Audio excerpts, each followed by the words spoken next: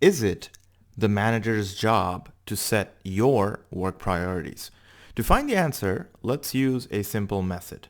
See, I think of a problem as if it looked more like a tree, but we can only see what is above the ground, and the roots are not visible to the naked eye.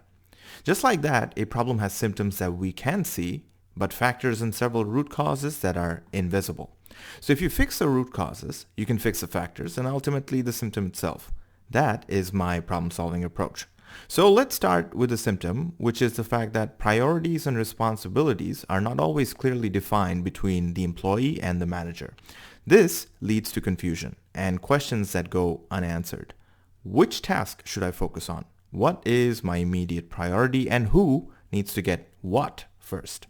To understand the symptom, let's break the symptom into the top 3 factors or leading factors. And the first factor is that employees may feel it is the manager's job to set clear expectations and therefore not take the initiative to start the discussion. So why is that?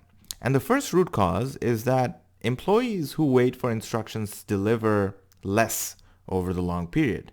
So there is a disconnect between what employees assume, causing them to keep waiting, and that's not a good thing because not taking initiative may result in less work done. And secondly, thinking that a leader should be the one to dictate the narrative puts more pressure for managers who have too many things on their plate. For example, in an ideal world, if employees have a clear communication style with their managers, everyone is on the same page. But if a manager isn't communicating, and likewise, if an employee isn't communicating, it creates more confusion, right? Now, factor number 2 is that leaders who underestimate the value of ongoing feedback may struggle to sort of actively collaborate with their team members. Think about it. If managers are not giving you feedback and expecting things to get done perfectly, then it is hard for you to sort of deliver with very little information. So why is that important? That's because leaders who do not make an effort to build a personal relationship often lose the opportunity to establish rapport and build trust with their team members. And second, sometimes not knowing the answer is okay. Leaders who expect an answer or solution from an employee may lose the opportunity to work together and find meaningful solutions with their employees. And the final factor of why we struggle with priority setting at work is because lack of a prioritization skill set and know-how. But why is that important?